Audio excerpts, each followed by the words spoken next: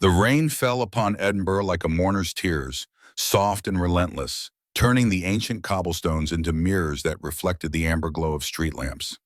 It was the kind of night when the veil between worlds grew thin, when the old stories whispered by grandmothers beside dying fires seemed less like fantasy and more like forgotten truth. Eleanor Sinclair pressed her back against the cold stone wall of the abandoned archive building, her breath forming small clouds in the October air. She was 21 years old, 5 feet 6 inches of determination wrapped in a second-hand coat that had seen better decades. Her auburn hair was pulled back in a practical ponytail, and her eyes, the color of Highland heather after rain, scanned the darkness with the practiced vigilance of someone who had learned early that the world offered no safety nets. The lock on the side entrance was old, older than the security system that protected the main doors. She had spent 3 weeks researching this building, learning its history, mapping its vulnerabilities. The Blackwood Archive had been closed to the public for 15 years, its contents deemed too fragile for general access. But Eleanor had read references to manuscripts within these walls that appeared nowhere else. Documents about Scottish clan structures that seemed to describe something far more organized than any historical hierarchy should have been. Her fingers worked the lock with a tension wrench and pick she had fashioned from hairpins. She did not think of this as breaking and entering. She thought of it as aggressive research. The lock clicked open. Eleanor slipped inside, her sneakers silent on the dusty floor. The smell hit her immediately. Old paper, leather bindings, the particular mustiness of knowledge left to age in darkness. She pulled a small flashlight from her pocket and began to navigate through the towering shelves. She had been alone for most of her life. Orphaned at 7 when a car accident took both her parents, she had bounced through the foster system like a stone skipped across water, never quite sinking, never quite finding a place to rest. She learned early that crying accomplished nothing, that waiting for rescue was a fool's game, that if she wanted something, she would have to reach out and take it with her own 2 hands. The scar on her left wrist caught the flashlight beam as she reached for a shelf. A thin white line, slightly raised, shaped almost like a crescent moon, wrapped around an ancient symbol she had never been able to identify. The official story was a fall through a glass door when she was 3. But Eleanor had no memory of the incident, and something about the scar had always felt wrong. Too precise, too deliberate, as if it had been placed there rather than accidentally acquired. She traced the mark absently, as she often did when nervous. It seemed to tingle beneath her touch tonight, though she dismissed the sensation as imagination. The Blackwood collection occupied the entire 3rd floor. Eleanor climbed the creaking stairs with her heart pounding, not from fear, but from anticipation. Her fellowship at the university focused on the intersection of clan structures and wolf mythology in Scottish history. A peculiar topic, her advisors had said. Unusually specific. But Eleanor had felt drawn to it in ways she could not explain, as if some part of her recognized these stories as more than mere legend. She found what she was looking for in a glass case near the back wall. A manuscript bound in leather so old it had darkened to nearly black, its pages visible through the dusty glass. The title, written in faded gold leaf, made her breath catch. The Montgomery Wolves, a true accounting of the Pack Lords of the Northern Territories, 1642. Montgomery. The name triggered something in her memory.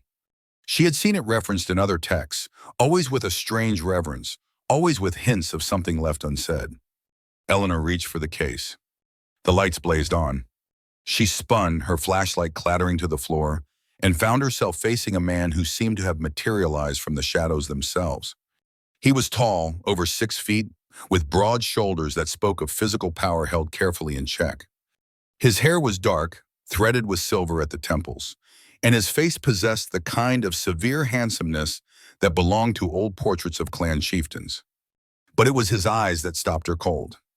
Gray, like storm clouds over the North Sea, with something ancient moving behind them. He appeared to be around 40 years old.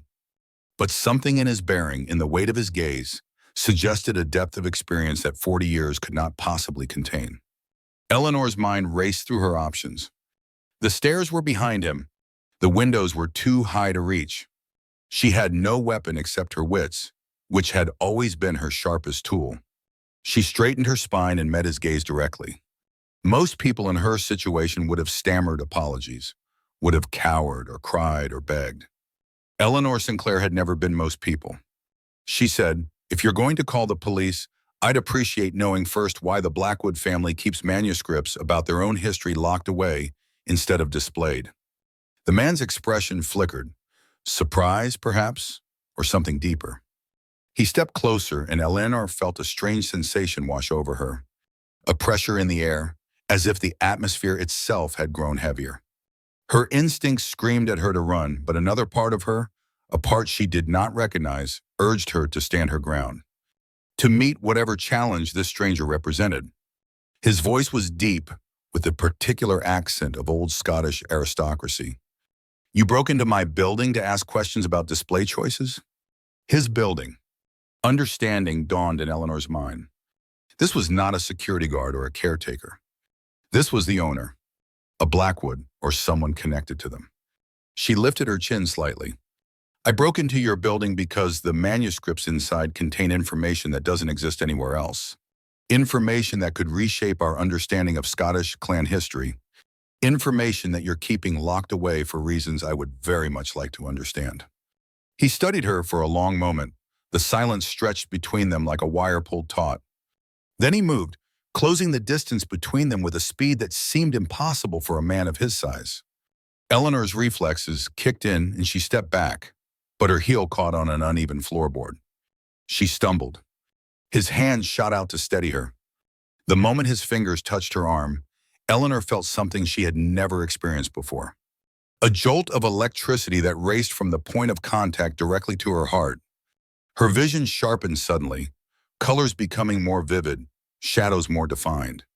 A scent filled her nostrils that she could not name but somehow recognized.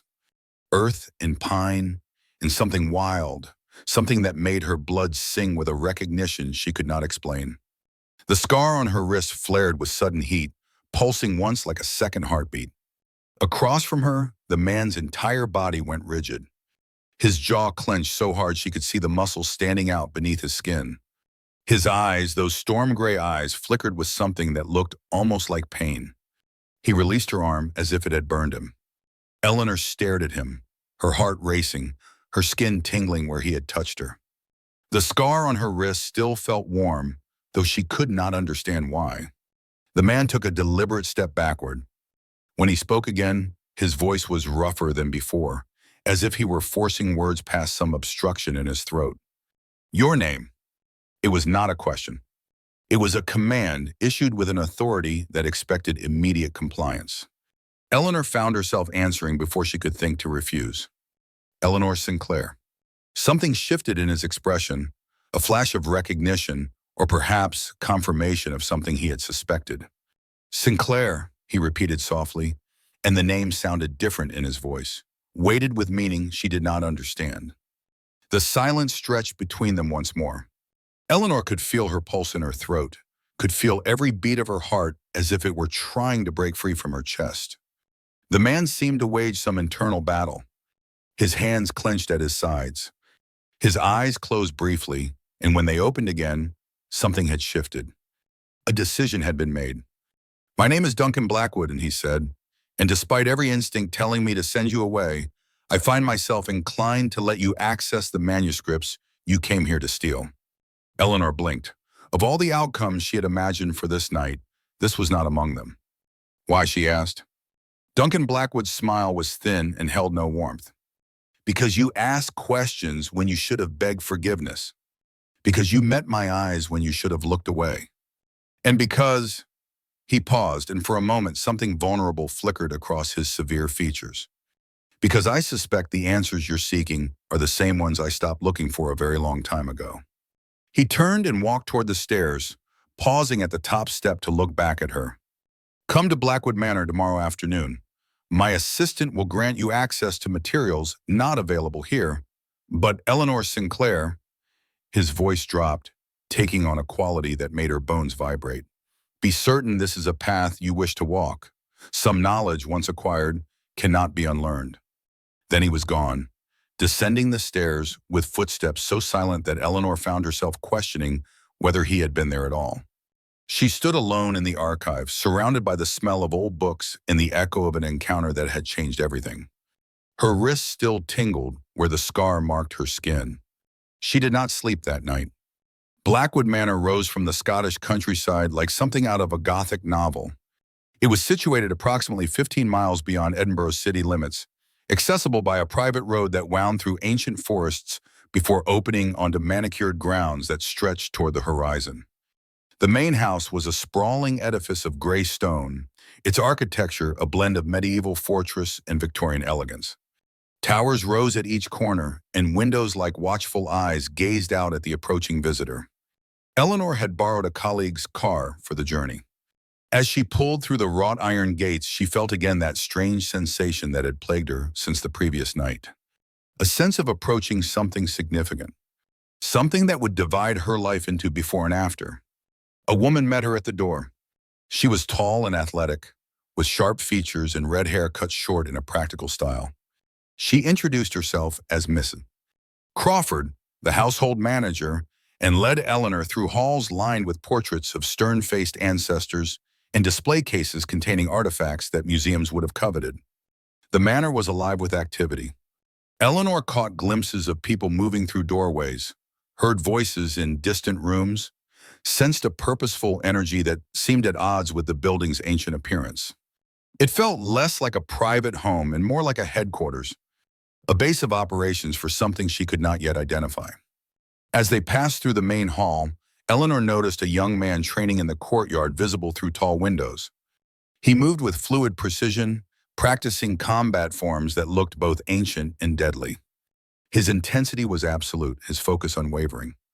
Mrs. Crawford followed her gaze. "That's Malcolm, our battle captain. He trains every morning without fail." "Battle captain?" "Lord Blackwood maintains certain traditions. Malcolm takes them very seriously."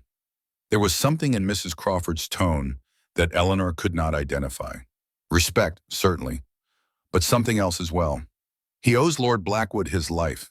30 years ago, Malcolm was found near death, abandoned by those who should have protected him. Lord Blackwood took him in, trained him, gave him purpose. There is no one more devoted to our Lord than Malcolm." Eleanor filed this information away, watching as Malcolm completed a particularly complex sequence of movements with perfect execution. Even from this distance, she could see the dedication in every line of his body. Mrs. Crawford brought her to a library that occupied the entire east wing of the manor. 2 stories of books rose toward a vaulted ceiling, painted with scenes of wolves running beneath a full moon. A massive fireplace dominated one wall, its flames crackling with welcoming warmth despite the chill of the October afternoon. Duncan Blackwood stood near the fireplace, his hands clasped behind his back as he gazed into the flames. He turned as Eleanor entered, and again she felt that jolt of connection, that sense of electricity arcing between them. He looked different in daylight, still severe, still radiating that strange authority that made her instincts war between flight and fascination. But there were shadows beneath his eyes that spoke of sleepless nights, and a tension in his shoulders that suggested he was holding himself under tight control. Mrs. Crawford withdrew, closing the heavy doors behind her. Eleanor and Duncan faced each other across the length of the magnificent room. Before either could speak, the doors opened again, and a man entered. He was tall and weathered, with the build of a soldier and scars that mapped a history of violence across his visible skin. He appeared to be in his 50s, with gray-streaked hair pulled back in a short tail, and eyes that assessed Eleanor with immediate curiosity rather than suspicion. "Callum," Duncan said, "this is Eleanor Sinclair, the researcher I mentioned." Callum's eyebrows rose as he studied her more closely. "The one from last night. The one who—" He trailed off, glancing at Duncan with an expression Eleanor could not read. "Yes. Well," Callum's weathered face split into something that was almost a smile. "You have courage, Miss Sinclair. Breaking into a Blackwood building alone takes either bravery or foolishness. I've been told the line between those is thinner than most people realize." Callum let out a rough laugh. "I like her already." He turned to Duncan. "Malcolm asked to join us. He has concerns about security, given the circumstances." Duncan nodded once. "So, just send him in." A moment later, the young man Eleanor had seen training in the courtyard entered the library. Up close, Malcolm appeared to be in his mid-30s, with dark hair cropped short and intense brown eyes that swept the room before settling on Eleanor with obvious wariness. Alpha, he said, addressing Duncan with a slight bow of his head. The title seemed natural in his mouth, though Eleanor did not understand its significance. Forgive my intrusion, but I felt it necessary to assess any potential security concerns personally. Miss Sinclair is a guest, Malcolm, not a threat. With respect, Alpha, we don't know that yet. Malcolm's gaze remained fixed on Eleanor. She broke into the archive. She may have been sent by those who wish you harm. I wasn't sent by anyone, Eleanor said, refusing to be intimidated by his scrutiny. I'm a researcher. I go where the research takes me. And it took you to a building owned by my Alpha in the middle of the night. Alone? Malcolm's voice was skeptical. Forgive me if I find that convenient. Malcolm!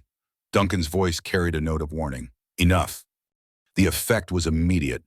Malcolm's aggressive posture softened, his eyes dropping in what looked like instinctive submission. I apologize, Alpha. I only wish to ensure your safety.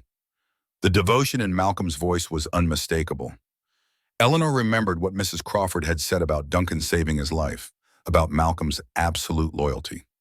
Your concern is noted and appreciated, but Miss Sinclair is not our enemy. Duncan's expression softened slightly as he addressed his battle captain. I understand your vigilance. It is why I value you, but I need you to trust my judgment in this matter. Malcolm nodded, though Eleanor could see the tension that remained in his shoulders. Of course, Alpha, I trust you completely. He withdrew with another slight bow, but not before casting one more assessing look at Eleanor. It was not hostile, she realized. It was protective. Malcolm saw her as a potential threat to someone he loved, and he would do anything to neutralize that threat. The realization sent a chill down her spine that she could not explain. After Malcolm left, Callum excused himself as well, leaving Eleanor and Duncan alone in the library. Your battle captain doesn't trust me, she observed. Malcolm doesn't trust anyone who might pose a risk to the pack. Duncan moved to a leather armchair near the fire, gesturing for her to take the seat opposite. His loyalty is absolute, which makes him invaluable, but it also makes him suspicious of anything that might disrupt the order he's dedicated his life to protecting. Pack? Eleanor caught the word. You used that term before, and Malcolm called you Alpha. Those are wolf terminology. Duncan's expression flickered with something that might have been approval. You notice details. Good. You'll need that skill for what I'm about to tell you. He leaned forward, his eyes meeting hers with an intensity that made her breath catch. Tell me about your research, and he said. What specifically drew you to the intersection of clan structures and wolf mythology? Eleanor considered the question. She could give him the academic answer, the one she had perfected for fellowship interviews and conference presentations. But something in his gaze told her he would see through any attempt at deflection. I was drawn to it, she said simply. I cannot explain it better than that. From the first time I encountered references to pack hierarchies in Scottish folklore, I felt recognition, as if I were reading my own history instead of studying someone else's. Duncan's expression did not change, but something shifted in the air between them. A heightening of attention. The scar on your wrist, he said. How did you get it? Eleanor's hand moved instinctively to cover the mark. A childhood accident. I fell through a glass door. Do you remember it happening? The question caught her off guard. No, I was told I was 3 years old. And you've never questioned the story? Never felt that the explanation didn't quite fit? Eleanor's heart began to beat faster. She had questioned it many times, but she had never spoken those doubts aloud to anyone. Why are you asking me this? Duncan rose from his chair and moved to a section of shelving that seemed older than the rest. He withdrew a slim volume bound in worn leather and brought it back to where Eleanor sat. Open it to page 47, he said. Eleanor took the book with hands that trembled slightly despite her efforts to control them. The leather was soft with age, the pages yellow and fragile. She turned them carefully until she reached the designated page. Her breath stopped. The illustration before her showed a child, a girl of perhaps 3 or 4 years old, with a woman standing behind her. The woman's hand was extended toward the child's wrist, and from her fingers flowed lines of energy that converged into a symbol that Eleanor recognized immediately. It was identical to her scar. The same crescent moon, the same ancient marking, the same precise shape she had traced 1,000 times. The text beneath the illustration was written in Old Scots, but Eleanor's years of study allowed her to parse its meaning. The marking of the hidden ones. When an Omega child is born into dangerous times, the wise ones may choose to seal their nature until awakening is safe. The mark binds the wolf within, allowing the child to live as human until their true mate appears to break the seal. Eleanor read the passage 3 times. Then she looked up at Duncan Blackwood, and the world she had known for 21 years crumbled around her. "This isn't possible," she whispered. Duncan's voice was gentle in a way she had not expected from him. "You asked last night why I let you access the archive. The truth is that I recognized something in you the moment we met. A scent that I have not encountered in over a century. A scent that should not exist anymore, because the bloodline that carried it was thought to be extinct." He knelt before her chair, bringing his face level with hers. This close, she could see the individual threads of silver in his dark hair, could see the fine lines around his eyes that spoke of burdens carried for longer than any face should show. "You are Omega, Eleanor, the rarest designation among our kind. Your ancestors were pack members who chose to live as humans, diluting the wolf blood over generations, but never eliminating it entirely. Someone knew what you were when you were a child. Someone placed that seal on you to hide your nature. And now," he reached out slowly, giving her time to pull away if she chose. When she did not, his fingers grazed the scar on her wrist. The electricity returned, stronger than before. Eleanor gasped as warmth flooded through her, as something deep inside her stirred from a long sleep. The scar pulsed with light for just a moment, a soft silver glow that faded as quickly as it appeared. Duncan's eyes flickered, and for just a moment she saw them change. The gray shifted to pale gold, with vertical pupils that belonged to no human face. Then he blinked, and they were gray once more. "Now," he continued, his voice strained, "you have met the one person who can break that seal, and I find myself facing a choice I never expected to make." Eleanor pulled her wrist away, not from fear, but from an overwhelming need to think clearly. The warmth faded, leaving her cold and shaken. "Who are you?" she asked. "What are you?" Duncan rose and returned to his chair, putting distance between them that felt necessary for both their sakes. "I am Duncan Blackwood, Alpha King of the Northern Packs. I have lived for 347 years, though my body appears no older than 40. I lead a community of beings that your ancestors knew as werewolves, though that term carries connotations that do not quite fit our reality. We are older than the stories, older than the myths that attempted to explain us. We have existed alongside humanity since before recorded history, hidden in plain sight, protecting territories that humans have forgotten ever needed protecting." He paused, letting the information settle. "And I am cursed, have been cursed since a rival pack placed a hex upon my bloodline that turned our greatest strength into our greatest weakness. Every alpha of my line is destined to feel love as pain, pleasure as torment. Every connection that should bring comfort brings agony instead." His voice grew heavier. "The curse feeds on me, Eleanor. It is tied to my very life force, to the immortality that defines an Alpha King. Some have theorized that breaking it would sever that connection entirely, would cost me the endless years that have become both gift and prison. But no one has ever succeeded in testing that theory." Eleanor absorbed his words with the analytical part of her mind that had gotten her through every challenge in her life.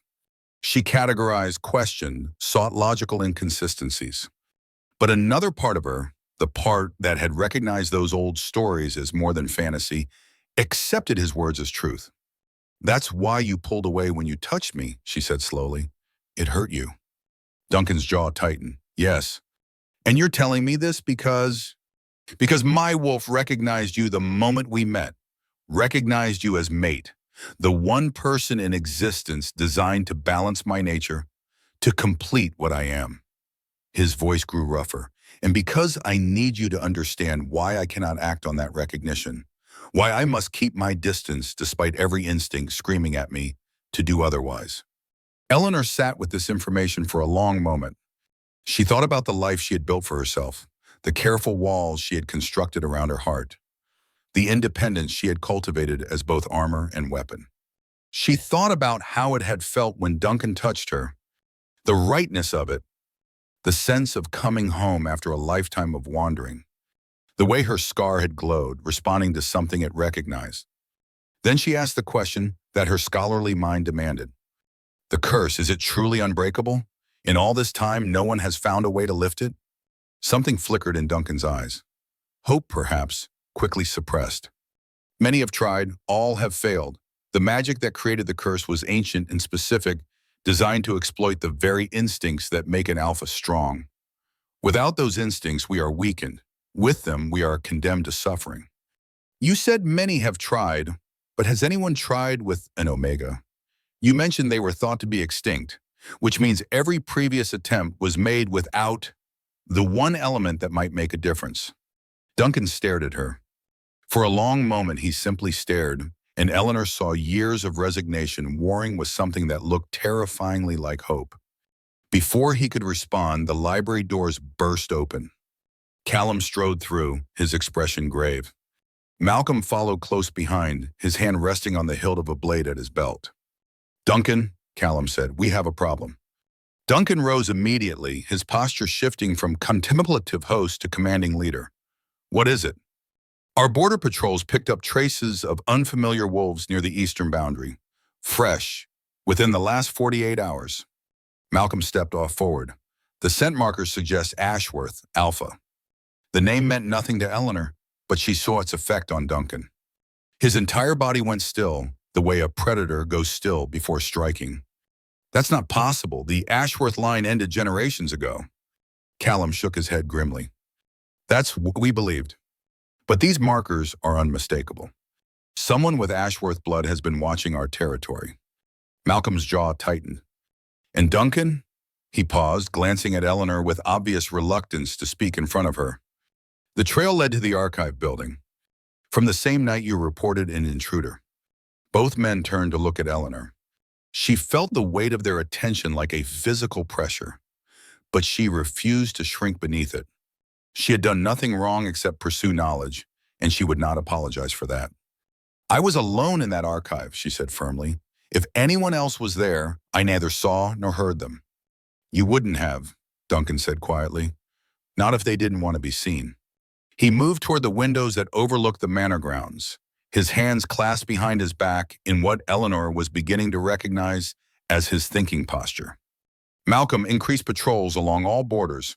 I want to know the moment any Ashworth wolf is detected. Callum, Eleanor is under my protection, effective immediately. She stays within the manor grounds until we understand what we're dealing with. Malcolm nodded sharply, but Eleanor saw something flicker across his face. Concern, yes, but also something else. A calculation she did not understand. Alpha, Malcolm said carefully, are you certain that's wise? We know nothing about this woman. Her appearance, followed immediately by Ashworth activity. It could be coincidence or it could be connected.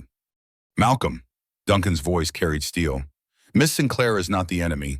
She is what the Ashworths fear most, which is precisely why they have revealed themselves now. Do you understand? The battle captain's eyes widened slightly as comprehension dawned. She's the one, the Omega.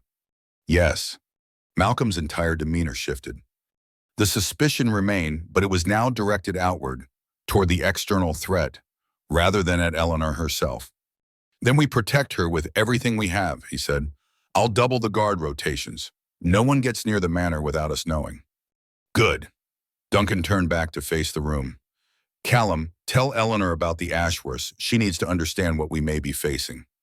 The older wolf nodded and moved to take a seat near the fire, gesturing for Eleanor to remain where she was.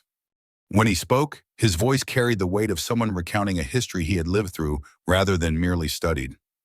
The Ashworth pack was once one of the most powerful in Scotland. Their alpha, Gregor Ashworth, was known for cunning and cruelty in equal measure. He and Duncan's grandfather were rivals for control of the Northern Territories. Eleanor listened as Callum outlined the history. The battle over territory. The accidental death of Gregor's mate. The curse placed by Gregor's brother, who had died creating it. The magic required a sacrifice, Callum explained. Gregor's brother gave his own life to power the curse, to bind it to the Blackwood bloodline for as long as that bloodline endured. His death ensured the curse would last for generations. And the Ashworths? Eleanor asked. What happened to them? War, bloody and prolonged. We believed we had eliminated them entirely. Callum's expression was troubled. But if they've survived, if they've been hiding and watching for all this time, then they know about Eleanor, Duncan finished. They know what she represents. And they will do everything in their power to prevent the curse from being broken. Malcolm, who had remained silent during Callum's recounting, spoke up. Alpha, I request permission to lead a scouting party. We need to know the extent of their presence, their numbers, their intentions. Duncan considered for a moment, then nodded. Take your best trackers. But Malcolm, he waited until the battle captain met his eyes. No engagement unless absolutely necessary. Information first. We cannot afford to provoke a war until we understand what we're facing. Understood, Alpha. Malcolm bowed his head briefly. I won't fail you. He departed with military efficiency, leaving Duncan, Callum, and Eleanor alone in the library. Eleanor's mind was racing, processing everything she had learned. The curse, the Ashworths, the implications of her own existence for a conflict that spanned centuries. Why would they reveal themselves now, she asked. If they've been hidden all this time, what changed? You changed, Duncan said simply. Your presence, the possibility that the curse might finally be broken. They've been waiting, watching, prepared to act if an Omega ever appeared. How would they know I'm here? Duncan and Callum exchanged a glance that communicated volumes without words. We don't know, Callum admitted, but we intend to find out. The days that followed fell into a rhythm that Eleanor would later look back on as the calm before a storm she could not yet see approaching. She established herself in a guest suite on the manor's second floor, a room larger than any apartment she had ever rented, with windows overlooking gardens that seemed to belong to another century. The library became her second home. She spent hours each day poring over texts that ranged from academic histories to handwritten accounts passed down through generations of Blackwood alphas. She learned about pack hierarchies and territorial disputes, about the biological differences between alphas, betas, and the nearly mythical omegas. She learned about the curse in exhaustive detail, reading account after account of failed attempts to break it.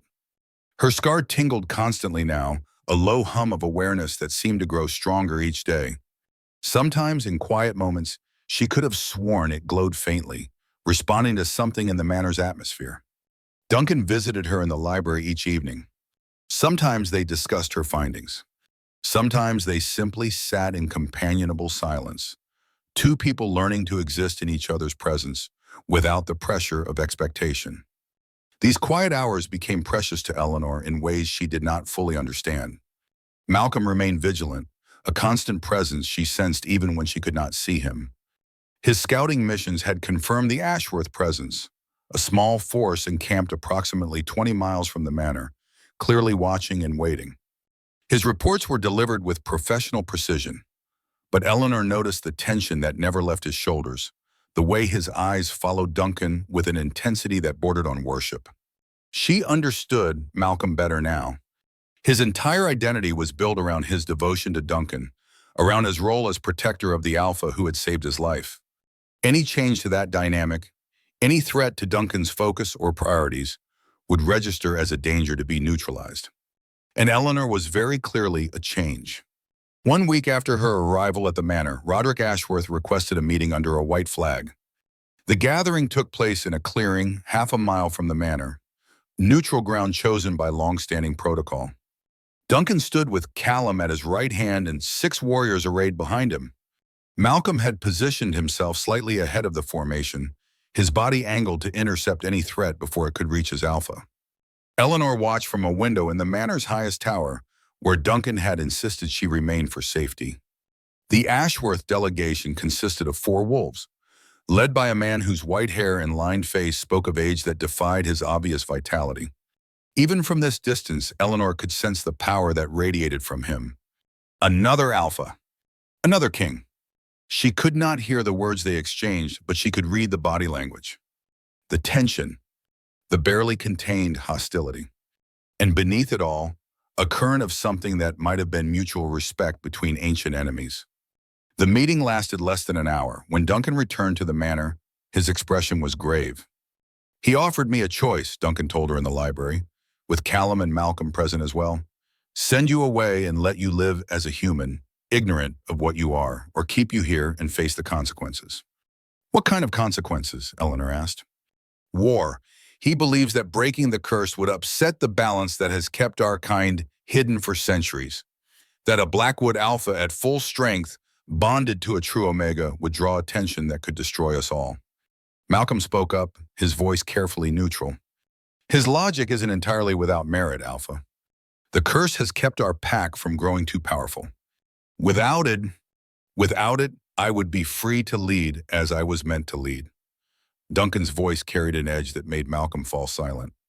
Roderick's concerns are born from fear, not wisdom. He would condemn us to eternal weakness, to preserve a status quo that serves only his interests. What did you tell him? Eleanor asked. Duncan's eyes met hers, and in them, she saw a decision already made.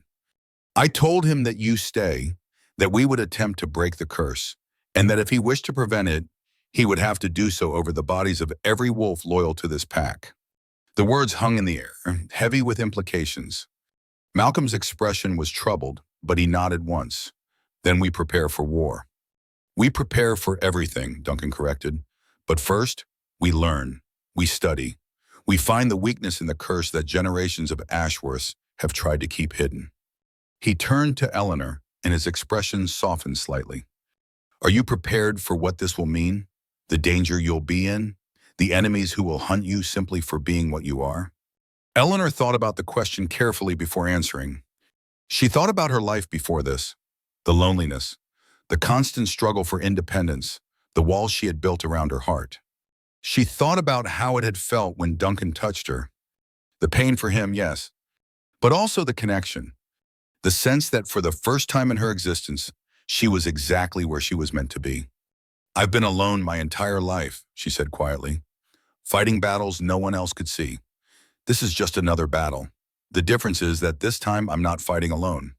Something shifted in Duncan's expression, hope, carefully guarded but undeniably present. Then we begin tomorrow, he said, and may whatever gods our ancestors believed in help us all. Outside the manor walls, darkness gathered. In a camp 20 miles away, Roderick Ashworth received word that his ultimatum had been rejected. He absorbed the news without visible reaction, then began issuing orders for the surveillance that would continue until the perfect moment to strike.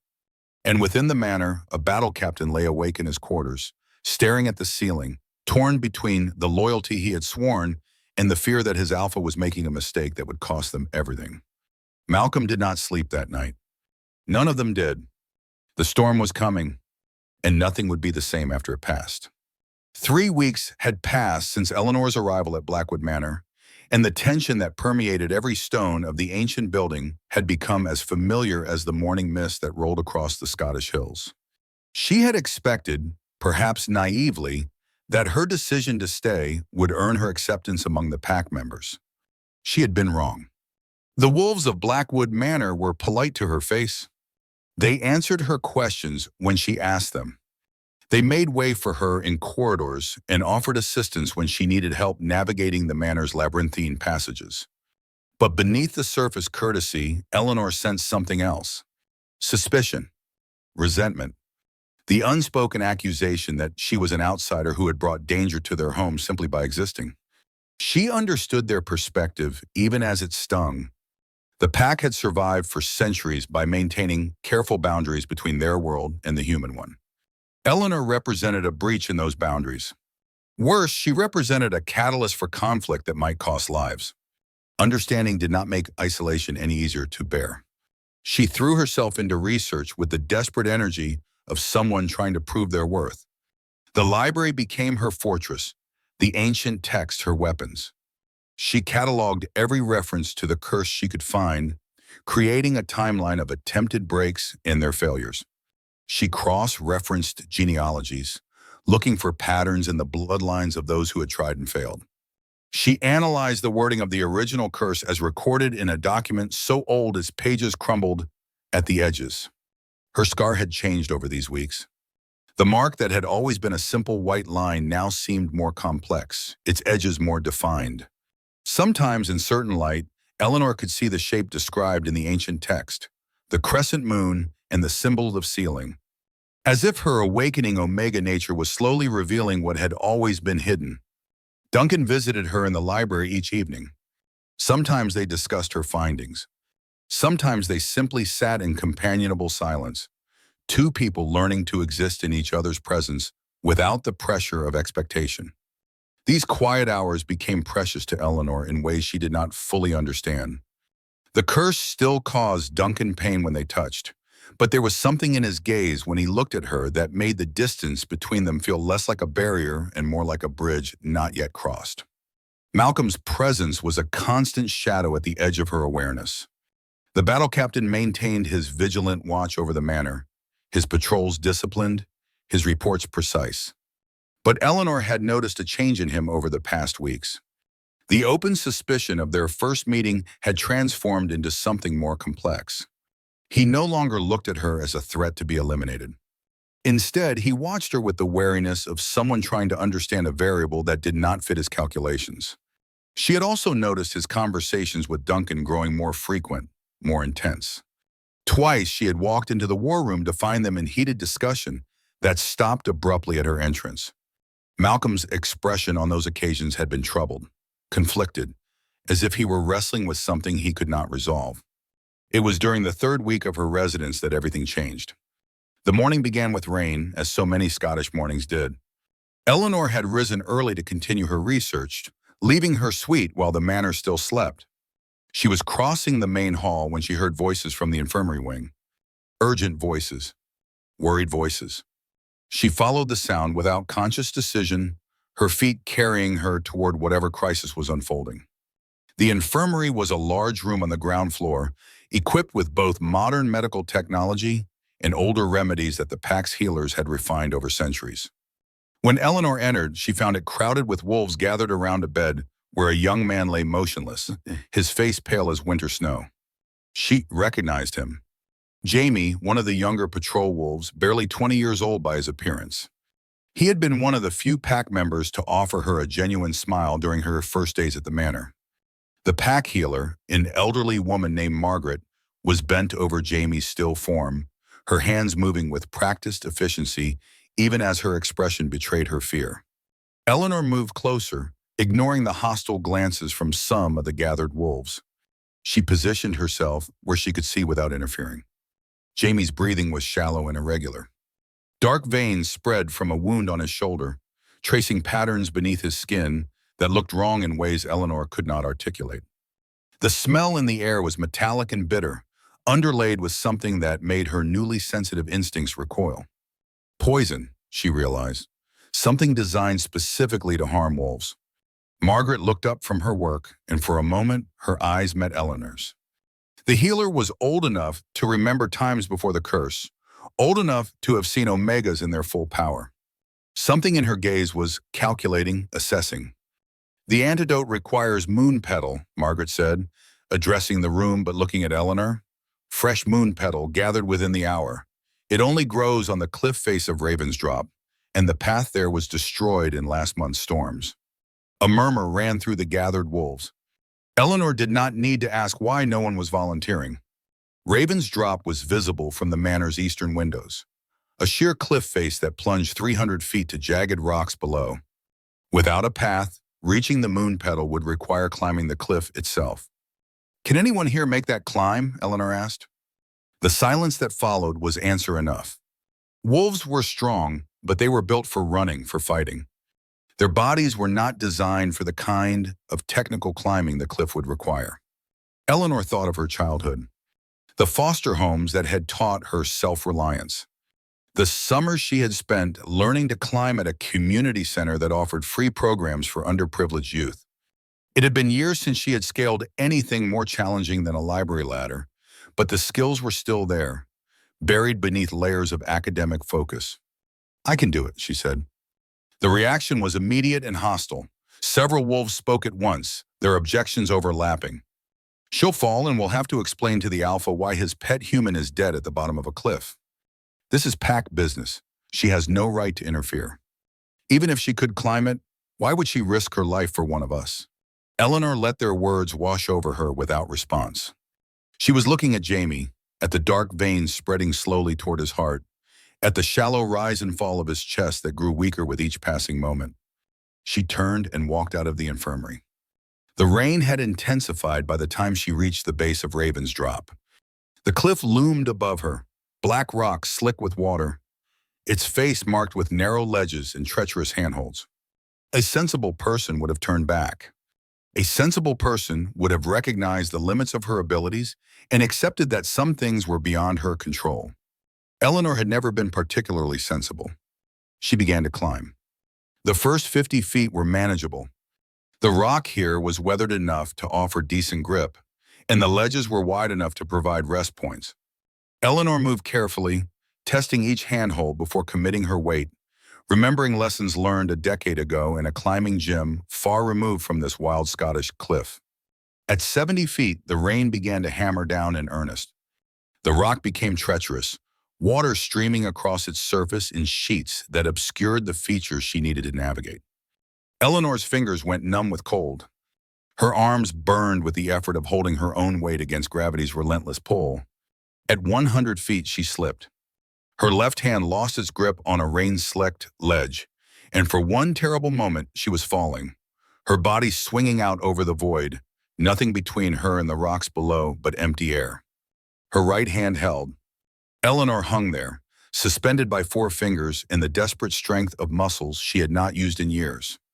The wind howled around her. The rain beat against her face. Every instinct screamed at her to let go, to surrender to the fall, to end the burning agony in her arm. She thought of Jamie dying in the infirmary. She thought of Duncan waiting in the manor, unaware that she had left. She thought of every time in her life she had been told she was not enough, that she could not succeed, that she should accept her limitations and stop reaching for things beyond her grasp. The scar on her wrist flared with sudden heat, and for just a moment, strength she did not know she possessed surged through her tired muscles. She found a foothold, pressed her weight against it, reached up with her left hand and found another grip. She kept climbing. The moon petal grew in a small hollow near the cliff's summit, a patch of delicate white flowers that seemed to glow against the dark rock. Eleanor's hands were bleeding by the time she reached them, her nails torn and her palms scraped raw. She gathered the flowers with numb fingers, tucking them into the waterproof pouch she had thought to bring. The descent was worse than the climb. Exhaustion made her clumsy. The cold made her slow. Twice more she slipped, and twice more she caught herself through some combination of skill and desperate determination. When her feet finally touched solid ground at the base of the cliff, Eleanor's legs gave out beneath her. She knelt in the mud, rain streaming down her face, her body shaking with cold and exhaustion. She did not know how long she stayed there. Long enough for the shaking to subside. Long enough for feeling to return to her fingers. Then she stood and began the walk back to the manor. The infirmary fell silent when she entered. Eleanor barely noticed. She walked directly to Margaret and placed the pouch of moon petal in the healer's weathered hands. Fresh, she said, gathered within the hour.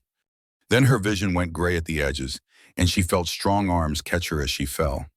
She woke in her own bed, wrapped in blankets that held the lingering warmth of a fire recently stoked. Her hands were bandaged, and someone had changed her out of her wet clothes into a soft nightgown she did not remember owning. Duncan sat in a chair beside her bed. His face was drawn with an expression she could not read, and his hands were clasped so tightly in his lap that his knuckles had gone white. "Jamie?" she asked, her voice hoarse. "He will live." Duncan's voice was carefully controlled. "Margaret says the moon petal arrived with minutes to spare." Eleanor nodded and closed her eyes. Relief washed through her, warm and cleansing. "You could have died." The words were quiet, but they carried an intensity that made Eleanor open her eyes again. Duncan had not moved from his chair, but something in his posture had shifted. The careful control was cracking. "I could have," she agreed. "No one asked you to climb that cliff. No one expected it. You could have stayed safely in the manor and let events take their course, and not a single member of this pack would have blamed you." "I would have blamed me." Duncan stared at her. The crack in his control widened. Do you have any idea what it felt like to learn that you had gone? To stand at the base of that cliff and see you climbing through a storm that would have challenged wolves twice your strength? To watch you fall and catch yourself and keep climbing while I could do nothing but watch? His voice had risen with each question. Eleanor saw the weight of his long years in his eyes, the accumulated loneliness of pushing everyone away to protect them from his curse, suddenly confronted with someone who had pushed back. I knew what I was risking, she said quietly. I made the choice anyway, not because I'm brave or foolish, but because that's who I am. I don't stand by when I can help. I don't wait for someone else to solve problems I can solve myself. Duncan rose from his chair abruptly and walked to the window, putting distance between them. His silhouette was rigid against the gray light filtering through the glass. The pack is talking, he said after a long moment. Word of what you did has spread. The wolves who doubted you, who resented your presence. He turned to face her. They're not doubting it anymore. Eleanor absorbed this information without comment. She had not climbed that cliff to earn approval. She had climbed it because a young man was dying and she had the ability to help. But she could not deny that the shift in the pack's perception felt like a weight lifted from her shoulders. There's something else, Duncan continued. He moved back toward her bed, though he stopped carefully out of reach. Something I need to tell you. Eleanor pushed herself up against the pillows, ignoring the protest of her exhausted muscles.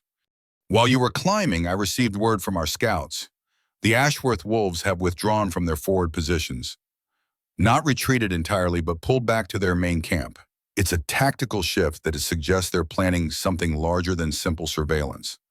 You think they're preparing for an attack? I think they're preparing for something. What concerns me is the timing. Duncan's expression was troubled. Roderick gave us an ultimatum. Send you away or face consequences. I refused. And now, instead of striking immediately as I expected, he's pulled back. Eleanor considered this. Her analytical mind, honed by years of academic research, began to work through possibilities. He's patient, she said slowly. You told me he's survived by being more ruthless than his enemies. But ruthless doesn't mean reckless. He's waiting for something. The question is what? Eleanor thought about everything she had learned. The curse, the bloodlines, the careful balance of power that had kept the wolf packs hidden from human notice for millennia. Information and information, she said. He's gathering information. He knows I'm here. He knows I'm Omega, but he doesn't know what we're planning or whether we found a way to break the curse. Duncan nodded slowly. That was my assessment as well, which means we need to move faster than he expects. Before he can discover our intentions and prepare countermeasures. He sat on the edge of her bed, the closest he had willingly positioned himself since she arrived at the manor. The curse would cause him pain at this proximity, Eleanor knew. The fact that he chose to endure it told her more than any words could have. Eleanor, there's a man I need you to meet. His name is Angus MacLeod, and he's the oldest living wolf in Scotland, perhaps the oldest in Europe. He was alive when the curse was placed. He witnessed it. If anyone knows weaknesses or details that the written records don't contain, it's him. Where is he? Deep in the Highlands, a 3-day journey through territory that borders Ashworth lands. Duncan's jaw tightened. It's dangerous. Roderick may have anticipated this move and positioned forces to intercept us. Eleanor met his gaze steadily. When do we leave? Something flickered in Duncan's eyes, pride perhaps, or something deeper. As soon as you are recovered, 2 days, perhaps 3. He rose from the bed, putting distance between them once more. Rest now, you've earned it. He turned to leave, but paused at the door, looking back at her with an expression that made her breath catch. What you did today, Eleanor, climbing that cliff, saving Jamie. He seemed to struggle for words. I have led this pack for a very long time. I have seen courage in many forms, but I have never seen anything quite like what you showed today. Then he was gone, and Eleanor was left alone with her bandaged hands and her racing heart and the growing certainty that whatever was between them had shifted into something neither of them fully understood. The journey to the Highlands began 5 days later, on a morning that dawned clear and cold, with frost painting the manor grounds in silver and white. Eleanor rode in a vehicle with Duncan and Callum, while a small convoy of pack warriors followed in additional cars. Malcolm had remained behind to coordinate the manor's defenses, a decision that Duncan had made over his battle captain's strenuous objections. "Your place is here," Duncan had told him the night before their departure. "If the Ashworths attack while I'm gone, you'll be the one to hold them off." "With respect, Alpha, my place is at your side. Let Callum stay. Let me come with you. I need Callum's knowledge of the Highland Territory traditions, and I need someone I trust absolutely to protect the manor." Duncan had placed his hand on Malcolm's shoulder. "That's you, Malcolm. There's no one else I would trust with this responsibility." The words had visibly affected the battle captain. His expression had shifted from protest to reluctant acceptance, and finally to something that looked like pride. "I won't fail you, Alpha," he had said. "I swear it." But Eleanor, watching from across the room, had seen something else in Malcolm's eyes. A conflict that his words did not quite conceal. The convoy traveled roads that grew progressively narrower as civilization fell away behind them, eventually abandoning the vehicles entirely to continue on foot through terrain that no road could navigate. Duncan had transformed since leaving the manor. Gone was the careful, controlled lord who held himself apart from those around him. In his place was someone more primal, more vital, a man fully at home in the wild landscape through which they traveled. Eleanor watched him as they hiked through ancient forests and across windswept moors. She saw how his senses extended beyond human range, catching sounds and scents that she could only imagine. She saw how the other wolves responded to his presence, their movements unconsciously coordinating with his, a pack moving in perfect synchronization with its alpha. It was beautiful. And it was terrifying, because it reminded her that Duncan was not human, had never been human, and whatever she felt for him was complicated by differences that ran deeper than culture or background. On the second night, they made camp in a sheltered valley surrounded by peaks that seemed to touch the sky. The wolves built fires and set watches, their efficiency speaking to years of practice. Eleanor found a spot near one of the fires and settled in to review her notes. Callum joined her, lowering himself to the ground with a grunt that spoke of joints protesting the cold. "How are you holding up?" he asked. "Better than I expected." Eleanor looked up from her notes. "I'm not slowing you down?" Callum snorted. "We've been traveling at half pace to accommodate human limitations. No offense meant." "None taken," she smiled slightly. "I'm aware that I'm the weak link in this expedition." "Weak is not the word I would use." Callum was quiet for a moment, staring into the flames. "I've served 3 Blackwood Alphas in my lifetime.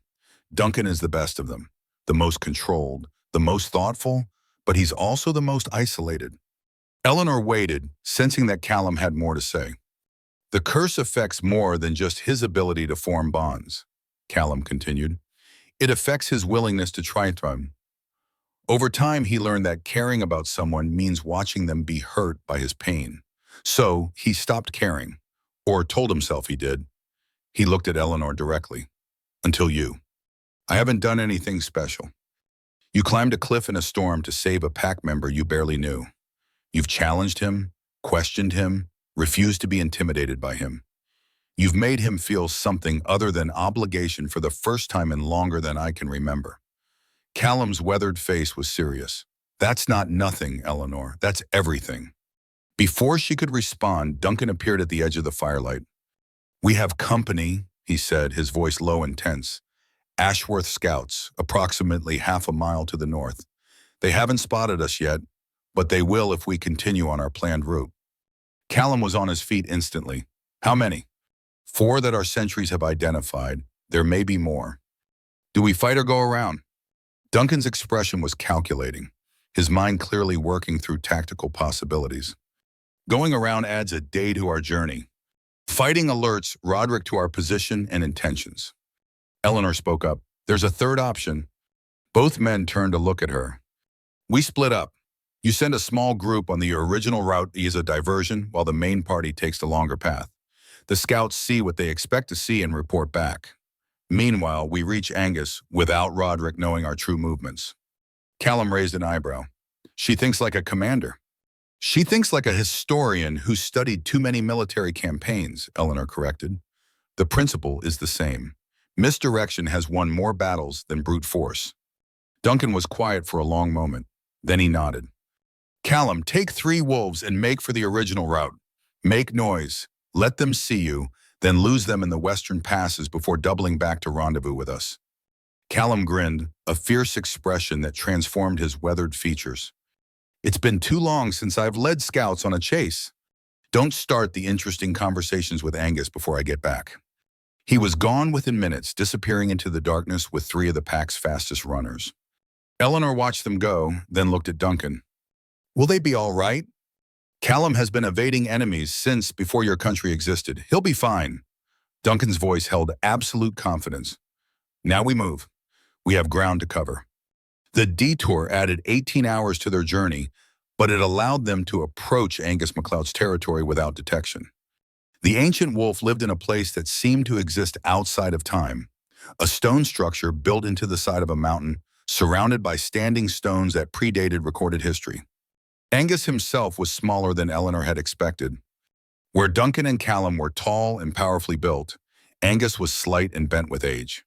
His white hair thin and his skin mapped with wrinkles that told of centuries of living.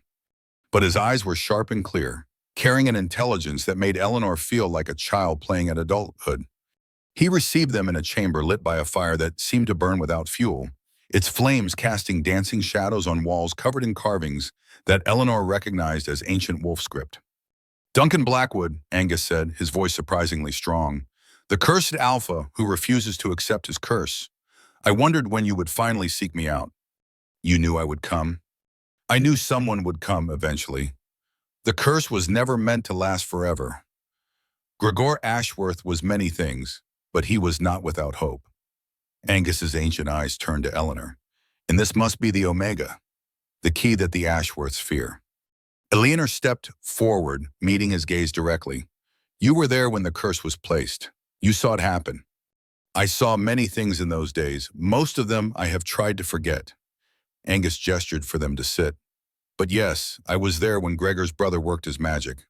I heard the words he spoke. I saw what it cost him. What it cost him? Duncan leaned forward. The curse was his weapon, his revenge, and his sacrifice. Angus's expression was sorrowful. Do you think such magic comes without price? Gregor's brother was dead within a week of placing the curse. His life force was the fuel that powered it. He knew it would kill him, and he did it anyway, because his brother's grief had become his own, and he could not bear to watch Gregor suffer without offering some form of justice. Eleanor felt a chill that had nothing to do with the mountain air. He died to create the curse? He died so the curse would last. Without that sacrifice, it would have faded within a generation. Instead, it has persisted, fed by the pain it causes, perpetuating itself through the suffering of every Blackwood Alpha who has lived under its shadow. The curse is tied to Duncan's life force, Eleanor said slowly, pieces clicking together in her mind, to his immortality. If we break it, you begin to understand. Angus nodded approvingly. The curse and the immortality are bound together. Severing one may sever the other. Duncan may find himself mortal, aging as humans do, with a lifespan measured in decades rather than centuries. Duncan had gone very still. You're saying that breaking the curse might kill me. I'm saying it might end your eternal existence. Whether that constitutes killing depends on your perspective. Angus's ancient eyes held sympathy. Some would consider mortality a gift, not a punishment. The chance to live fully, knowing that time is precious. The chance to love without the weight of watching everyone you care for grow old and while you remain unchanged on. Eleanor reached out and took Duncan's hand before she could think better of it. The curse flared and she saw him wince, but neither of them pulled away. There's more, Angus continued. The curse has a weakness, a flaw built into its design, perhaps deliberately, perhaps as an unavoidable consequence of its creation. What weakness? Eleanor asked. Angus's ancient gaze moved between them, assessing. The curse mirrors its creation. It was born from loss, from the pain of watching someone you love be taken from you. To break it, one must be willing to endure the same. I don't understand, Duncan said. The curse expects to be fought with force. It expects to be resisted, challenged, attacked. Every previous attempt to break it has followed that pattern. alpha after alpha throwing their strength against its barriers. Angus leaned forward. But the weakness is not in the curse's strength, it is in its origin. The curse was placed by a man who lost his mate against his will. It can only be broken by a man who is willing to let his mate exercise her will, whatever the consequences. Eleanor understood before Duncan did. She saw the truth unfold in Angus's words, saw the cruel logic of the curse's design. "You're saying that to break the curse, Duncan must let me face danger," she said quietly. "He must choose not to protect me, not because he doesn't care, but because he trusts me to make my own choices." "Precisely." Angus nodded with evident satisfaction. Every alpha who tried to break the curse did so while trying to protect their partner from harm. They refused to let their mates take risks. They shielded them from danger. And in doing so, they proved that they had not truly accepted the possibility of loss. Duncan's hand tightened on Eleanor's. "You're asking me to put her in danger." "I'm asking you to respect her right to choose danger for herself." Angus's voice was gentle but firm. "There is a difference between refusing to protect and accepting another's autonomy. The curse was placed by a man who lost his mate against his will. It can only be broken by a man who is willing to let his mate exercise her will, whatever the consequences." The fire crackled in the silence that followed. Eleanor felt the weight of Angus's words, felt the impossible choice they represented. She also felt, for the first time, a path forward. "This is what I meant when I said I make my own choices," she said quietly to Duncan. "When we first discussed this, you wanted to protect me by keeping me ignorant, by making decisions for me. Do you understand now why I refused?" Duncan turned to face her. In the firelight, his gray eyes held depths of emotion that all his years of isolation had taught him to hide. "I understand," he said, "but understanding and accepting are not the same thing. Every instinct I have screams at me to keep you safe, to shelter you from harm, to ensure that nothing can hurt you." "I know," Eleanor smiled slightly. "That's what makes this hard. If it were easy, the curse would have been broken long ago." They left Angus's mountain refuge the following morning, their minds heavy with new knowledge. The journey back was faster, aided by routes Angus had shared in the absence of pursuit. Callum rejoined them on the second day, reporting that the Ashworth scouts had been successfully misdirected. But the relief of their successful mission was short-lived. When they returned to Blackwood Manor on the fifth day, they found Malcolm waiting at the gates with an expression that made Eleanor's stomach clench. "We intercepted an Ashworth courier," Malcolm reported, his voice carefully neutral. "The messages he carried contained detailed information about our defenses, patrol schedules, guard rotations, structural vulnerabilities." Duncan's face hardened. Information that could only have come from inside the pack. "Yes, Alpha." Malcolm's jaw tightened. "We have a traitor."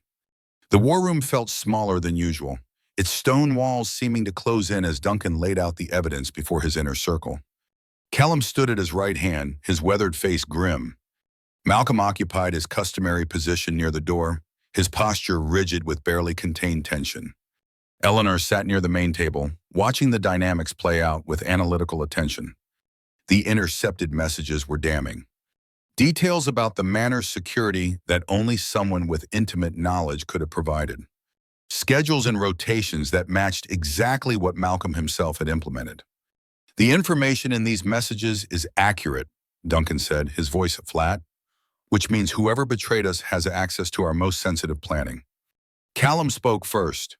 "That narrows it down significantly. Only a handful of wolves have access to this level of detail." "Including everyone in this room," Malcolm added quietly. The words hung in the air. Eleanor saw Callum stiffen, saw Duncan's eyes narrow. "You're right," Duncan said after a moment. "Including everyone in this room, which means we need to proceed carefully." He turned to Malcolm. "I want you to implement new security protocols. Change the patrol schedules. Alter the guard rotations, and tell no one outside this room about the changes."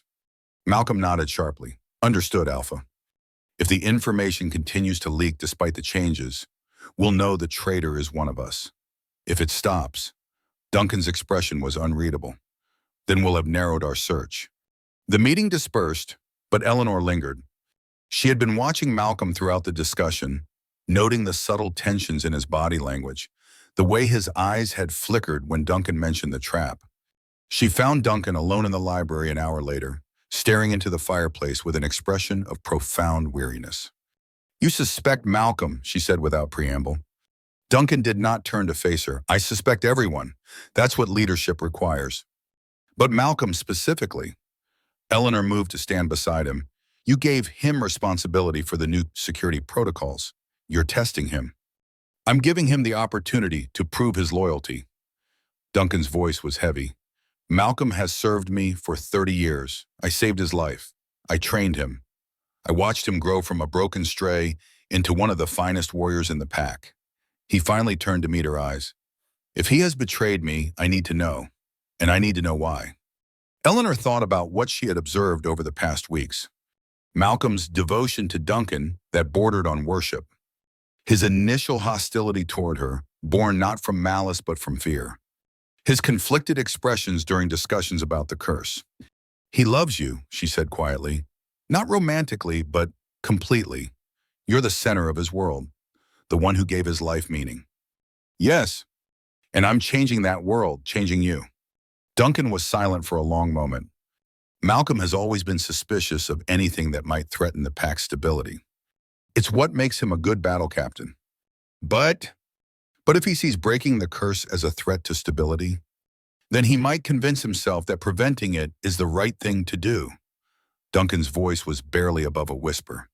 "That betraying me is actually protecting me." The trap was set.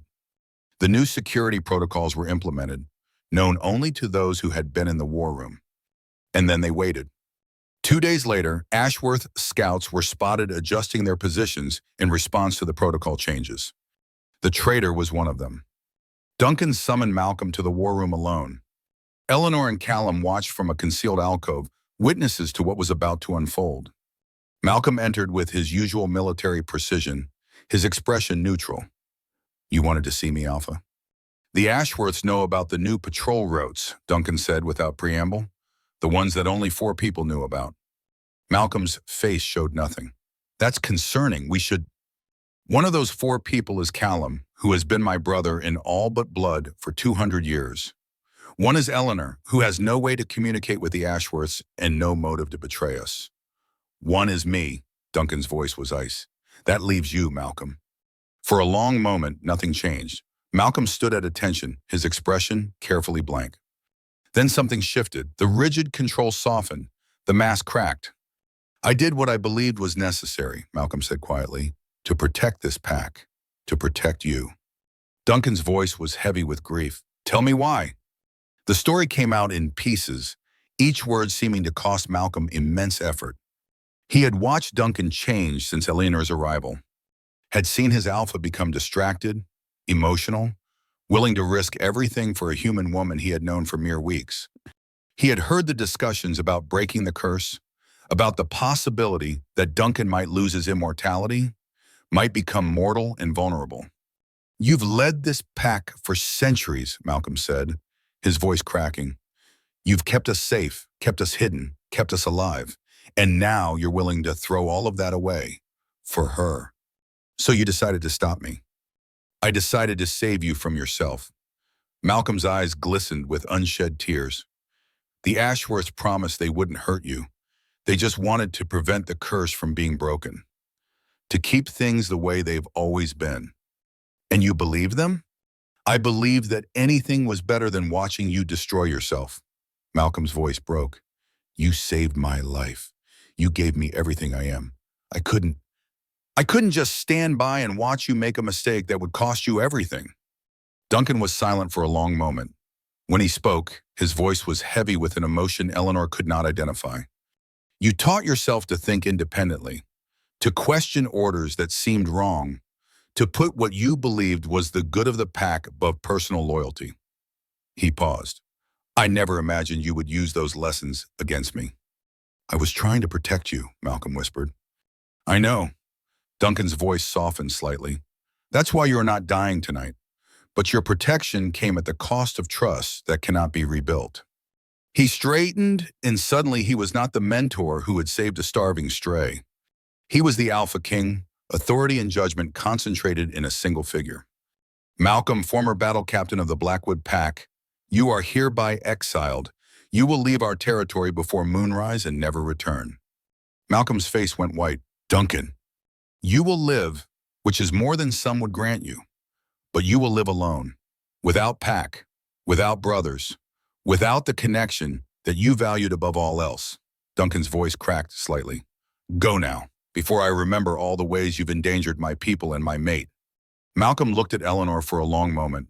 His expression held no hatred, only a terrible sadness. Prove me wrong, and he said, make him stronger instead of weaker. Be worthy of what he's sacrificing for you. Then he turned and walked out of the war room, out of Blackwood Manor, out of the only life he had ever known. Eleanor emerged from the alcove and moved to stand beside Duncan. She did not touch him, but her presence was a comfort nonetheless. You did the right thing, she said quietly. Did I? I took a broken wolf and gave him purpose. I spent 30 years building him into someone I could trust, and in the end that trust was not enough to overcome his fear. Duncan's voice was hollow. Perhaps he was right. Perhaps I am risking everything for something that might fail. Eleanor turned to face him fully. The curse has kept you isolated for so long. It's taught you that caring about someone leads to pain. Malcolm believed that isolation was strength. He couldn't see that it was also a prison. She reached out and placed her hand on his chest, directly over his heart. The curse flared, and she saw him wince, saw the pain that her touch caused. But she did not pull away, and neither did he. Tomorrow we prepare for the ritual, she said. Tomorrow we find out if everything we've done has been enough. But tonight I want you to know that whatever happens, I don't regret any of it. Duncan's hand came up to cover hers, pressing it more firmly against his chest despite the pain it caused. Nor do I, he said softly. They stood like that as the sun set outside the manor windows, two people on the edge of something that would change them forever.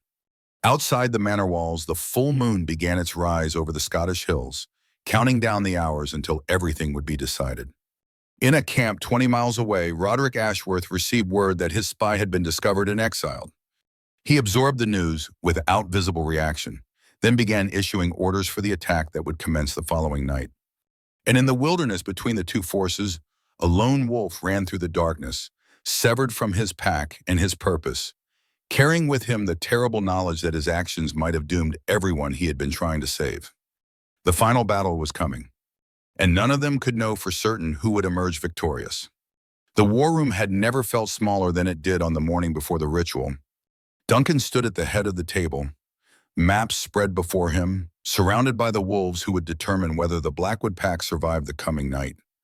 Callum occupied his customary position at Duncan's right hand. Margaret the healer sat near the door, her aged face set in lines of grim determination. And Eleanor stood beside the main tactical map, her presence a reminder of everything they were fighting for. The scar on her wrist had changed again overnight. The crescent moon shape was clearly visible now, glowing faintly with a soft silver light that pulsed in rhythm with her heartbeat. Her Omega nature was awakening more fully with each passing day, responding to the approaching ritual and the bond forming between her and Duncan. The Ashworths will expect us to fortify the eastern standing stones, Duncan said, his finger tracing the position on the map. That's where every previous ritual attempt has taken place. That's where they'll concentrate their forces. So we give them what they expect, Callum continued. A visible defensive position, warriors in place, all the signs of preparation for a major ritual. Eleanor stepped forward, her voice steady despite the tension coiling in her stomach. While the real ritual takes place at Craig Nadan Nahin, 12 miles to the north. The stones there are older, less well known, but they carry the same power. Possibly more, given their age. Duncan nodded. The challenge is drawing enough of Roderick's forces to the decoy position while maintaining the secrecy of our true location. If even a handful of Ashworth wolves discover where we actually are, then I hold them at the eastern stones long enough for you to complete the ritual, Callum said. His voice carried no fear, only the calm certainty of a soldier who had accepted the cost of his mission. I take a force large enough to be convincing. We make noise. We fight like we're protecting something precious, and we buy you the time you need. Duncan's jaw tightened. The Ashworths outnumber us significantly. If they commit their full force to the eastern position, Then we hold as long as we can and withdraw when holding becomes impossible. Callum met Duncan's gaze with the steady resolve of 2 centuries of brotherhood. I've run from fights before. I know how to survive a retreat. This is different. Roderick knows Malcolm was feeding him information. He knows we discovered the leak. He'll be suspicious of anything that seems too convenient, which is why we make it convincing. Callum's weathered face split into a grim smile. I've been your second for 2 centuries, Duncan. I know how you think. More importantly, Roderick knows how you think. He'll expect you to be at the center of the defense, protecting Eleanor with everything you have. So I act like you. I give orders like you. I fight like I'm the one with everything to lose. The room fell silent as the implications of Callum's words settled over them. Eleanor watched Duncan's face, saw the conflict playing across his features. This was his brother in all but blood. The wolf who had stood beside him through centuries of loneliness, who had been the one constant in a life defined by loss and isolation. Asking him to risk Callum's life went against every instinct Duncan possessed. But she also saw the strategic mind at work. The alpha who had kept his pack alive by making the hard choices, the impossible choices, the choices that cost pieces of his soul. If you fall, Duncan said quietly, the pack loses its best commander. If the ritual fails, the pack loses its future. Callum stepped closer, placing his hand on Duncan's shoulder in a gesture that spoke of decades of shared history. You saved my life 200 years ago. Let me repay that debt. It wasn't a debt, it was brotherhood, I know. Callum's voice softened. This is brotherhood too, letting me do what needs to be done, trusting me to handle my part while you handle yours. Duncan closed his eyes for a long moment. When he opened them, they held the terrible weight of command, the burden of sending someone he loved into danger. You pull back at the first sign of being overwhelmed. You don't play hero. You don't sacrifice yourself for a few extra minutes. Understood. I mean it, Callum. I will not lose you to this. Callum's smile held genuine warmth beneath the gallows humor. You've been trying to get rid of me for 2 centuries. One little battle isn't going to succeed where everything else failed. The meeting continued for another hour, refining details, establishing communication protocols, planning for contingencies. When it finally concluded, the participants dispersed to their assigned tasks, leaving Duncan and Eleanor alone. Duncan stood at the window, his back to her, his silhouette dark against the gray Scottish sky. You should rest, Eleanor said. Tomorrow will be demanding. I could say the same to you. She moved to stand beside him, looking out at the grounds where wolves moved with purposeful urgency, preparing for what was to come. I'm too anxious to rest. My mind keeps running through possibilities, scenarios, things that could go wrong. The curse of an analytical mind. One of many curses I seem to have acquired recently. She smiled slightly at her own dark humor, her hand moving absently to trace the glowing scar on her wrist. Duncan turned to face her. In the fading afternoon light, the lines of his face seemed deeper, the silver in his hair more pronounced. He looked like what he was, a man who had carried impossible burdens for impossible lengths of time. I need to tell you something, he said, something I should have said before now. Eleanor waited, her heart suddenly racing. When I first encountered you in that archive, I felt the curse respond immediately. The pain was familiar, expected. But there was something else. Something I haven't experienced since before the curse was placed. He paused, seeming to search for words. Hope. Pure, unguarded hope. And it terrified me more than the pain ever could. Why? Because hope has a cost. When you allow yourself to believe that something might change, that happiness might be possible, you create a target, something that can be taken away, something that can hurt you in ways that physical pain never could. Eleanor considered his words carefully. So you pushed me away, tried to convince yourself that distance was the kindest choice. I told myself I was protecting you, protecting both of us. Duncan's laugh was hollow. All those years of practice at lying to myself, and I still couldn't make it convincing. What changed? You climbed a cliff in a storm to save a pack member you barely knew. His eyes met hers, and she saw depths of emotion there that all his years of isolation had failed to extinguish.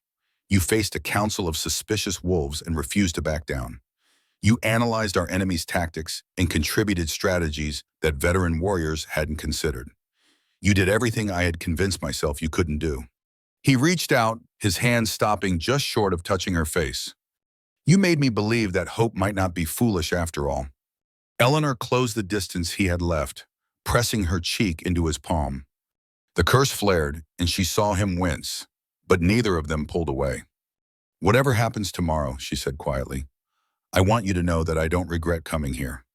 I don't regret learning what I am or what we might be together. Even if the ritual fails, even if the curse can't be broken, these weeks with you have been worth any price. Duncan's thumb traced the line of her cheekbone, a gesture of tenderness that cost him visible pain. The ritual won't fail, he said. I won't allow it. Some things are beyond even an alpha's control. Perhaps, but I've spent a very long time learning the boundaries of my power. Tomorrow, I intend to push past them. They stood together in the fading light, drawing strength from contact that caused one of them constant suffering. It was, Eleanor thought, perhaps the most perfect metaphor for what they were attempting. Finding connection despite pain. Building something beautiful on a foundation that should have made beauty impossible. Later that night, Duncan found Callum on the manor's eastern parapet, looking out at the distant hills where tomorrow's battle would be fought. You should be sleeping, Duncan said. I could say the same to you. The familiar exchange drew a faint smile from both of them. They stood in silence for a long moment, two men who had shared 2 centuries of history, facing what might be their final night together. Do you remember the first time we met? Callum asked. You were half dead and fully stubborn, refused to let me carry you even though you could barely walk. I had my dignity to consider. You had broken ribs, a shattered leg, and 3 days of torture to recover from. Dignity should have been low on your list of priorities. Callum laughed, a rough sound that echoed across the empty grounds. You came alone, against 30 of them. I still don't understand why. Because you were mine to protect, one of my wolves in the hands of enemies who wanted to use your pain to send me a message. Duncan's voice hardened at the memory. I couldn't allow that, not then, not ever.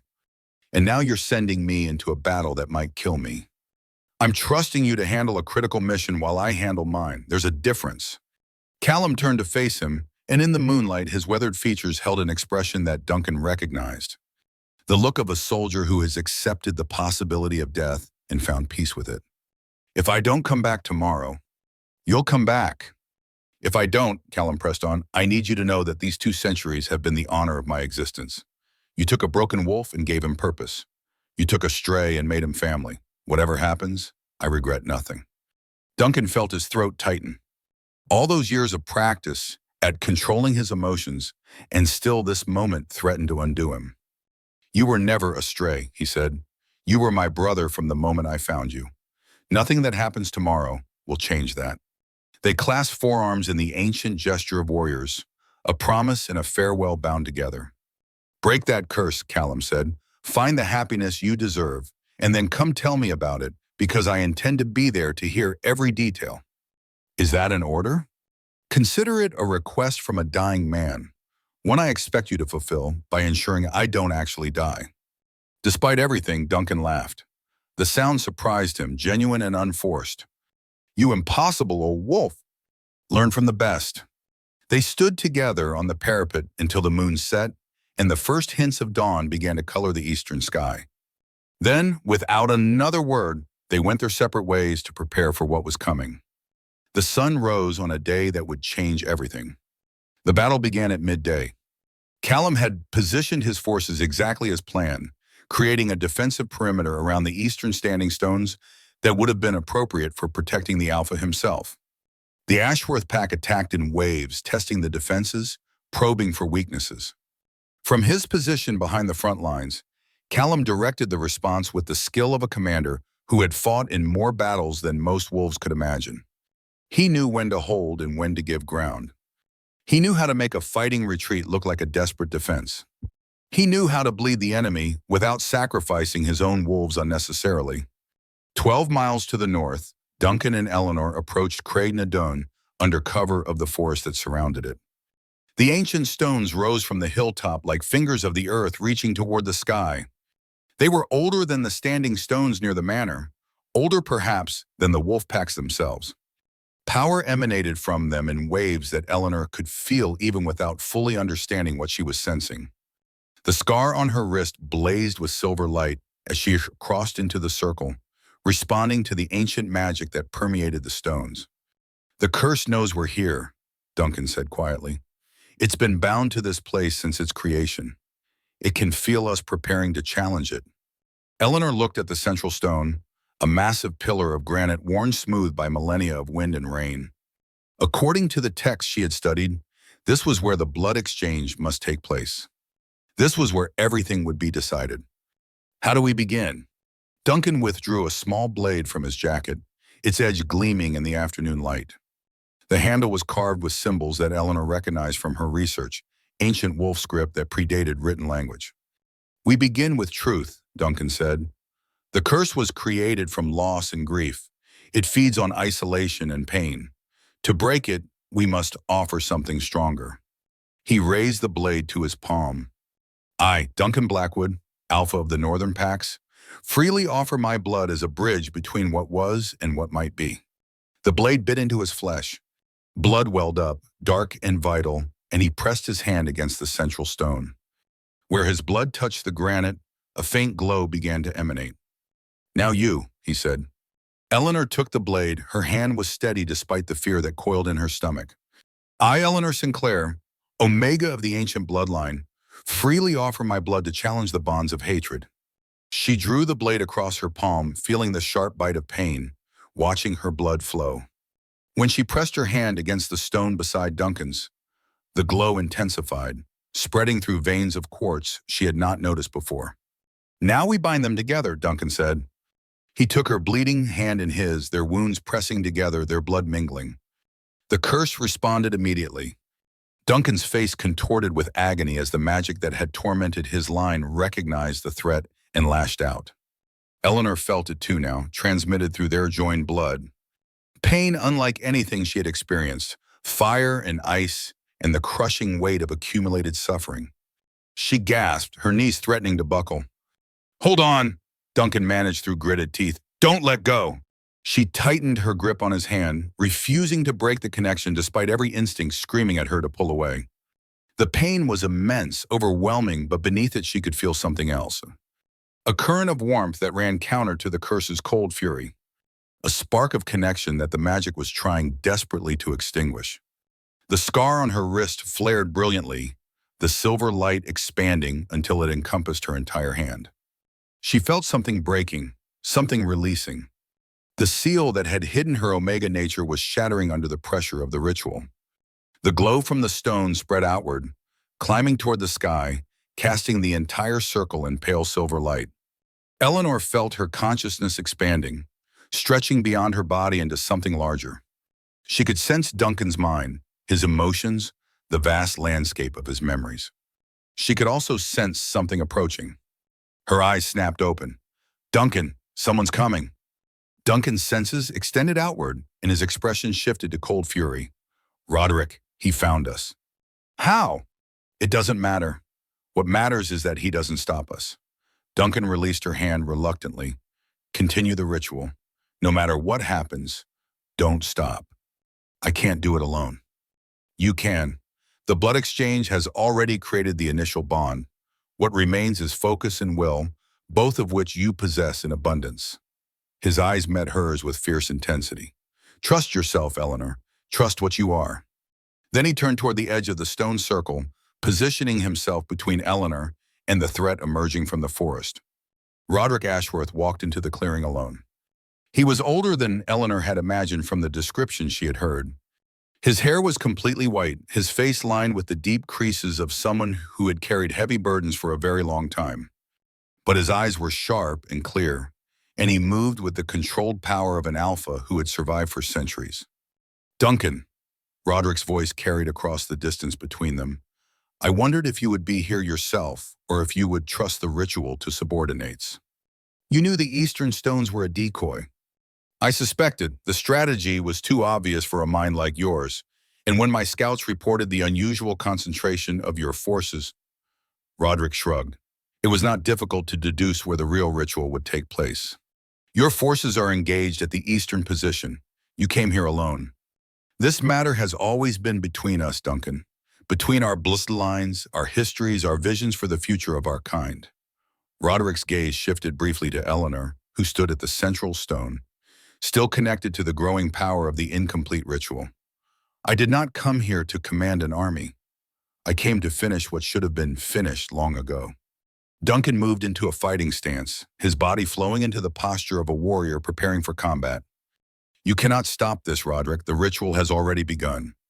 Rituals can be interrupted, bonds can be broken. As long as the Omega lives and the curse remains intact, there is always another opportunity. Roderick's expression was almost sorrowful. I take no pleasure in this, Duncan. I never have. But some things are more important than individual happiness. Some things are worth more than any single life. You speak of protecting our kind, but you've spent centuries ensuring that my line remains weak and isolated. That is not protection. That is slow murder. It is balance. Roderick began to circle, forcing Duncan to turn to keep him in sight. Your bloodline was too powerful before the curse. Your grandfather's ambitions nearly exposed us all. The curse has kept that power in check, has prevented the Blackwoods from dominating the other packs, from drawing the attention that would destroy us. Eleanor, still connected to the ritual, felt the power building within the stone circle. She could sense the curse reacting to their challenge, gathering its strength to resist. She could feel her own Omega nature awakening more fully, responding to the ancient magic that flowed through the stones. The scar on her wrist had transformed completely now. Where once there had been a simple white line, now there was a mark of pure silver light, the crescent moon and the ancient symbol blazing like a brand against her skin. She could also feel Duncan's conflict, his determination to protect her warring with the recognition that protecting her might doom the ritual, his instinct to shield her from danger battling against the truth that Angus had revealed. To break the curse, he had to let her face her own dangers. He had to trust her to make her own choices, even if those choices might kill her. Roderick attacked without warning. The two alphas collided with a force that shook the ground. They fought with fists and claws and teeth, but also with the deeper weapons of wolf nature, the ability to project dominance, to crush an opponent's will. Eleanor watched for a moment that felt like an eternity. Then she turned back to the central stone and pressed both hands against its surface. The ritual demanded her complete attention. The curse was fighting back, sending waves of pain through the connection she and Duncan had established. Every instinct urged her to abandon the ritual, to help Duncan, to do something other than stand here while the man she loved fought for both their lives. But this was the test. This was what Angus had described. The willingness to let the one you love make their own choices. The acceptance that you could not protect them from every danger. She closed her eyes and pushed deeper into the ritual. The curse unfolded before her inner vision like a living thing. She could see its structure now, the way it had been woven from grief and rage and the desperate love of a man watching his brother suffer. She could see the weakness that Angus had described. The curse expected to be fought with force. It expected to be resisted, challenged, attacked. Every previous attempt to break it had followed that pattern, alpha after alpha throwing their strength against its barriers. But Eleanor was not an alpha. She was Omega, and Omegas did not fight the same way. Instead of attacking the curse, she opened herself to it. The pain was immediate and overwhelming. All the accumulated suffering poured into her. Every moment of loneliness that Duncan had endured, every time he had pushed someone away to protect them, every night he had lain awake wondering if the pain would ever end. She felt tears streaming down her face, felt her body trembling under the weight of all that grief. But she did not pull back. She absorbed it. She accepted it. She allowed herself to feel every ounce of the suffering that had been inflicted on the Blackwood line. And as she did, something began to change. The curse had been designed to punish love with pain, but it had never encountered someone willing to accept that pain voluntarily. It had never faced an Omega who chose to share the burden rather than trying to destroy it. Eleanor felt the curse's structure begin to waver. Behind her, the battle between Duncan and Roderick had reached a critical moment. Both alphas were wounded, bleeding from dozens of cuts and gashes. Duncan was stronger, but Roderick had centuries of experience fighting for survival. They were evenly matched in ways that could only end with one of them dead. Duncan managed to gain the upper hand for a moment, pinning Roderick to the ground. "Yield," he growled. "This doesn't have to end with death." Roderick laughed, blood staining his teeth. "You still don't understand, do you? I cannot yield. If you break that curse, everything my family has sacrificed becomes meaningless. My grandfather's brother died for nothing. All the suffering, all the isolation, all the pain, it was all for nothing. It was all for a lie." Duncan's voice was heavy with a truth he had only recently come to understand. The curse didn't protect your people.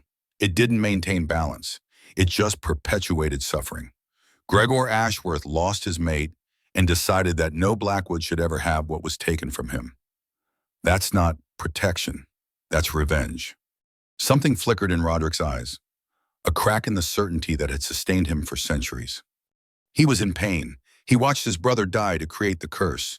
He was broken by grief, and he made a choice that condemned generations to share his brokenness. Duncan released Roderick and stepped back. "I'm not going to kill you, Roderick. That would just continue the cycle. But I am going to end this curse, and you're going to have to live with what that means." He turned his back on Roderick and walked toward Eleanor. It was a risk, a gamble that went against every instinct of self-preservation. Roderick could attack while his guard was down, could strike her from behind and end everything. But Duncan was done with caution, done with protection that came at the cost of connection, done with the endless calculation of risks and threats. He reached Eleanor just as the ritual reached its peak. The power building within the stone circle had grown beyond anything Eleanor had experienced. She could feel herself changing, her Omega nature fully awakening for the first time. The mark on her wrist blazed with light that matched the glow of the central stone. She could feel the curse weakening under the weight of shared suffering. Duncan placed his hands over hers on the central stone. The pain returned, immediate and intense. But this time, Eleanor felt something different beneath it. A warmth that had always been there, buried under centuries of curse magic. The true nature of the bond between Alpha and Omega, uncorrupted by Ashworth revenge. "Together," she whispered. "Together," Duncan agreed. They pushed into the curse as one, not attacking it, not fighting it, simply offering it something it had never encountered before. Two people choosing the connection despite the cost. Two people willing to share pain rather than trying to escape it. The curse shattered. The sensation was unlike anything Eleanor had words to describe. A breaking, yes, but also a release. A weightlifting that she had not even realized she was carrying. The pain that had defined every moment of contact between her and Duncan vanished so completely that its absence felt like a physical shock. And in its place came something else. Eleanor felt Duncan's presence in a way she never had before. Not just his physical proximity, but his mind, his heart, the vast landscape of his memories and hopes and fears. She felt the bond that had always existed between them, the connection that the curse had twisted into torment, finally expressing itself as it was meant to. Warmth, belonging, home. The mark on her wrist faded slowly, the silver light dimming until what remained was not a scar, but something different entirely. A delicate tracery of lines, barely visible, like frost patterns on glass. The seal was gone. Her Omega nature was fully awakened, and the mark that had hidden it was now simply a reminder of the journey she had taken. Duncan pulled her into his arms, and for the first time in centuries, the contact brought no pain. Only the profound rightness of finally holding the one person in existence who was meant to be held. The glow from the stones faded slowly, leaving them standing in the ordinary light of a Scottish afternoon. The air still held traces of power, but the oppressive weight of the curse was gone. Eleanor became aware that they were not alone. Roderick Ashworth had not attacked while Duncan's back was turned. He had not fled into the forest to gather his forces. He stood at the edge of the stone circle, his expression one of shattered certainty. When Eleanor had absorbed the curse's power, when she had opened herself to all that accumulated suffering, something unexpected had happened. The connection had not been one way. For a brief moment, She had touched the curse's origins. She had felt the grief that had created it. And in that moment, she had sent something back. Roderick was crying. Not the controlled tears of a man maintaining his dignity. These were the deep, racking sobs of someone whose carefully constructed walls had finally crumbled. His legs gave out, and he sank to his knees among the ancient stones. "I see her," he whispered. "For the first time in so long, I can see her face." Duncan moved to stand near the fallen Alpha, though he kept Eleanor close, their hands still intertwined. "Who?" "My grandmother, Gregor's mate, the one whose death started all of this." Roderick's voice broke. "I've carried her loss for so long without ever truly mourning her. The curse, it fed on that grief. It needed us to never let go." Eleanor knelt beside him, ignoring Duncan's protective tension. "The curse is broken," she said gently. "The grief doesn't have to define you anymore. You can let her go." Roderick looked up at her with eyes that held centuries of pain finally finding release. "I thought I was protecting my people. I thought maintaining the curse was my duty, my responsibility. But I was just—" He struggled for words. "I was just afraid that if the curse ended, all the suffering would have been for nothing. Afraid that I would have to face the grief I had been avoiding since I was a child." Duncan's voice was surprisingly gentle when he spoke. "Grief that isn't faced doesn't disappear. It just finds other ways to express itself. Your ancestors' loss became a curse that hurt generations of innocent people.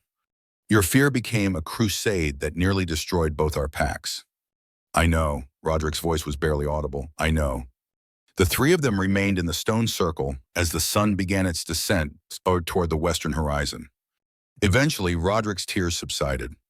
He rose on unsteady legs, looking older than he had seemed before, but also somehow lighter, as if the weight of centuries had been lifted from his shoulders along with the curse. "What happens now?" he asked. Duncan considered the question. The alpha part of him, the part that had learned to survive by destroying threats, urged him to end Roderick here and now.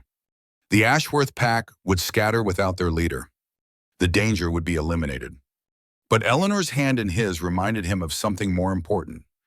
The curse had been born from revenge. Breaking the cycle meant choosing differently. "Now, you go home," Duncan said. "You gather your people and you tell them the truth. Not the story your family has been telling for generations. The truth. That the curse was born from grief, that it perpetuated suffering rather than preventing it, and that it's finally over. And my pack? We'll be left in peace as long as they leave mine in peace. The war between our families ends today. What happens next is up to you." Roderick stared at him for a long moment. Then, slowly, he bowed his head in a gesture of acknowledgement that alphas rarely offered each other. "I don't know how to be anything other than what I've been," he admitted. "I've spent my entire existence fighting a war that I now realize was never necessary." "Then learn to be something new." Eleanor's voice was kind but firm. "You have time. Use it to find out who you are when you're not defined by hatred." Roderick turned and walked toward the forest edge. He paused once, looking back at them. "For what it's worth, I'm glad you succeeded. I didn't know how much I needed this to end until it finally did." Then he was gone, disappearing into the trees, leaving Duncan and Eleanor alone among the ancient stones. They held each other as the sun set, testing the reality of contact without pain, marveling at the simple wonder of touch that brought only warmth. "We should get back," Eleanor said eventually. "Callum is probably worried." Duncan nodded, though he made no move to release her. "The ritual took something from me. I can feel it." Eleanor looked up at him, concern flickering across her features. "What do you mean?" "The curse fed on my life force for all those years. Breaking it severed that connection. But it also changed something fundamental." He paused, seeming to search for words. "I won't live forever anymore. My immortality was bound to the curse. Without it, how long? I don't know exactly. A century, perhaps 2. Long enough to live a full life, but not—" He smiled slightly. "Not the endless existence I had resigned myself to." Eleanor absorbed this information. She thought about what it meant, that Duncan would age now, that their time together was finite rather than infinite. "Is that a loss?" she asked quietly. "Or a gift?" Duncan considered the question with the seriousness it deserved. I would have said loss once. I would have seen mortality as a weakness, a vulnerability to be avoided. But now, he pulled her closer, pressing his forehead to hers. Now I think it might be the greatest gift of all, a life that has an ending, a love that must be cherished because it won't last forever, a future that matters because it isn't infinite. I can work with that. Can you? You're bonded to a wolf who will outlive you significantly. That's not a burden you asked for. Eleanor laughed, the sound bright and genuine in the evening air. Duncan, I broke into a building to steal research materials and ended up bonded to a werewolf king. I think we've established that I don't make choices based on what's sensible. The returning journey was swift, urgency driving their steps through the darkening forest. Eleanor felt different now, her senses sharper, her awareness of the world around her expanded in ways she was still learning to understand. The bond with Duncan pulsed between them like a second heartbeat, a constant reminder that she was no longer alone. They reached the eastern standing stones as the battle was winding down. Callum had held the position for hours, fighting a strategic retreat that had cost the Ashworths dearly while minimizing his own casualties.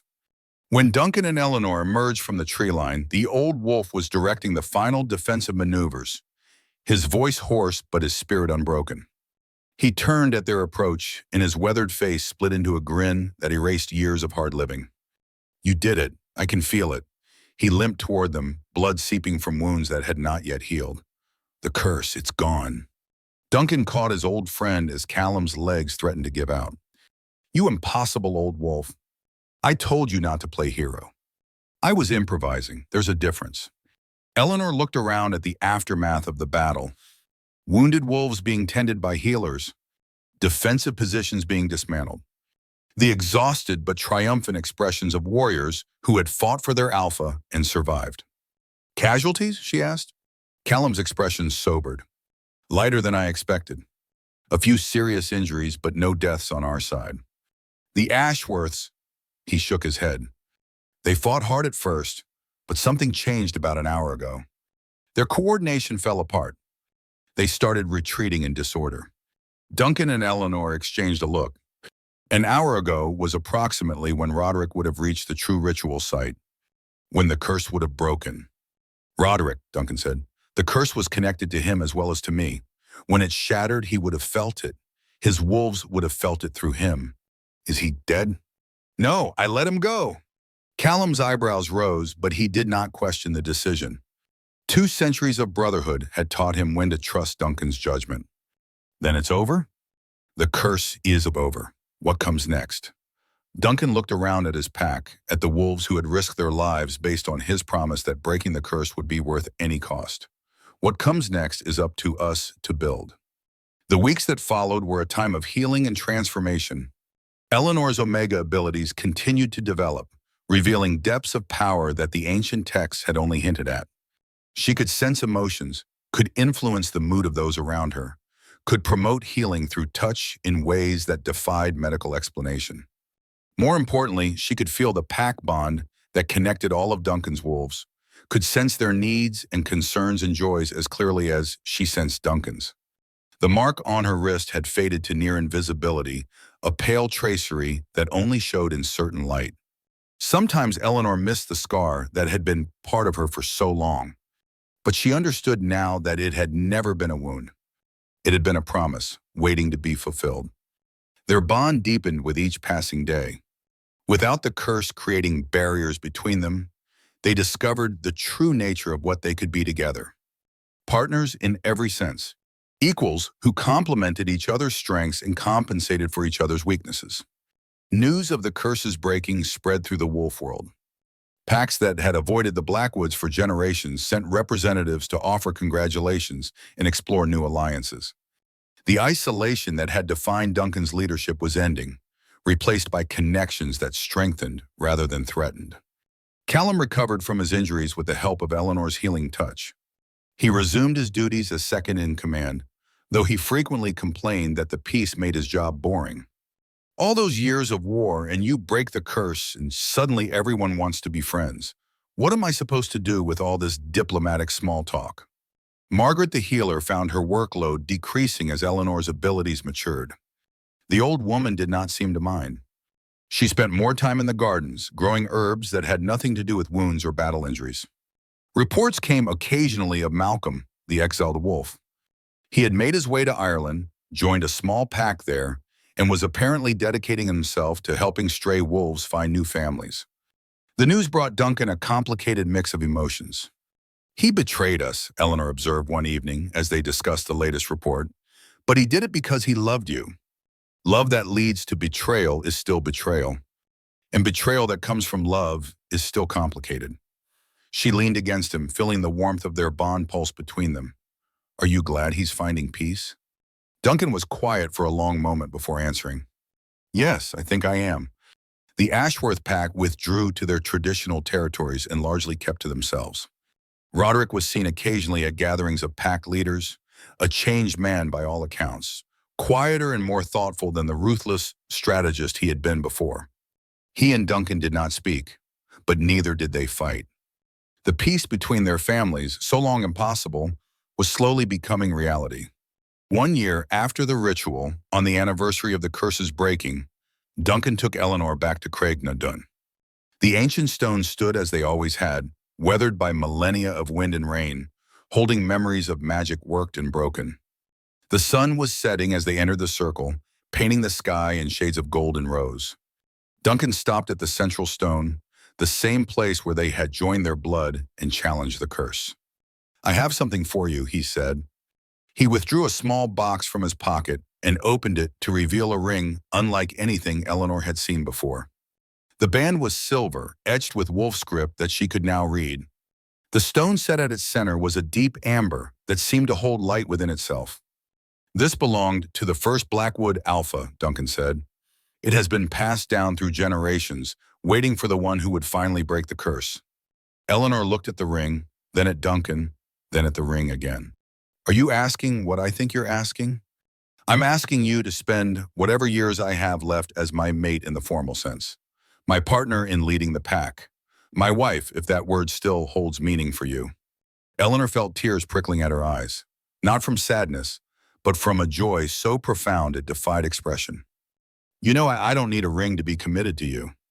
"I know, but I've waited a very long time to give someone this ring. I'd rather not wait any longer." She held out her hand and Duncan slipped the ring onto her finger. It fit perfectly, as if it had been made for her. "Yes," she said simply. Duncan pulled her into his arms and they held each other as the last light faded from the sky. "I love you," he said. "I don't think I've said that enough." "You've shown it. That matters more." "Still, all those years of not saying it, I have a lot of catching up to do." Eleanor laughed against his chest. "We have time." "Not forever." "No, not forever." She looked up at him, her expression growing serious. "But speaking of time, there's something I need to tell you." Something in her tone made Duncan grow still. "What is it?" Eleanor took his hand and placed it against her stomach. Her eyes met his, and in them he saw a light that he had never seen before. "I'm pregnant," she said softly. "Margaret confirmed it this morning." Duncan's face went through a rapid series of expressions. Shock, disbelief, wonder, and finally a joy so profound it seemed to transform him entirely. That's not possible. Alphas and human mates rarely conceive, and even then, I'm not just a human mate anymore. I'm Omega. And according to Margaret, Eleanor smiled, according to Margaret, this child carries traits of both designations. Alpha and Omega together. She says it's never happened before. Not in all the records she's ever seen. Duncan sank to his knees before her, his hands trembling as they pressed against her still flat stomach. When he looked up at her, there were tears in his eyes. "Our child," he whispered, "our child will be something entirely new. Our child will change everything the Pax thought they knew about themselves." Eleanor knelt to meet him at eye level of him. "Are you ready for that?" Duncan's answer was to pull her into a kiss that contained all the words he could not say. When they finally broke apart, both of them were crying, but neither seemed to notice or care. "I spent centuries believing I would never have this," he said. "A mate, a child, a future worth looking forward to." He cupped her face in his hands, his thumbs brushing away her tears. "And now I have all of it, because of you, Because you broke into my archive and refused to be sent away. Best decision I ever made, Eleanor said. They stayed in the stone circle until the stars emerged, talking about the future, making plans, dreaming dreams that neither of them had dared to dream before. When they finally began the walk back toward the manor, the wolves of the pack raised their voices in a howl of celebration that echoed across the Highland Hills. The curse was broken. The war was over. And in its place, something new was growing. Something that would outlast empires and reshape the future of wolfkind. In the distance, a single wolf howled in response. The sound came from the direction of Ireland, and though Eleanor could not know for certain, she liked to think it was Malcolm, adding his voice to the celebration from his place of exile. Ready to go home? Duncan asked. Eleanor looked at the manor lights visible in the valley below, at the pack that had become her family, at the future stretching out before them full of possibility and promise. I already am home, she said. They walked down from the hilltop together hand in hand as the wolves continued to sing.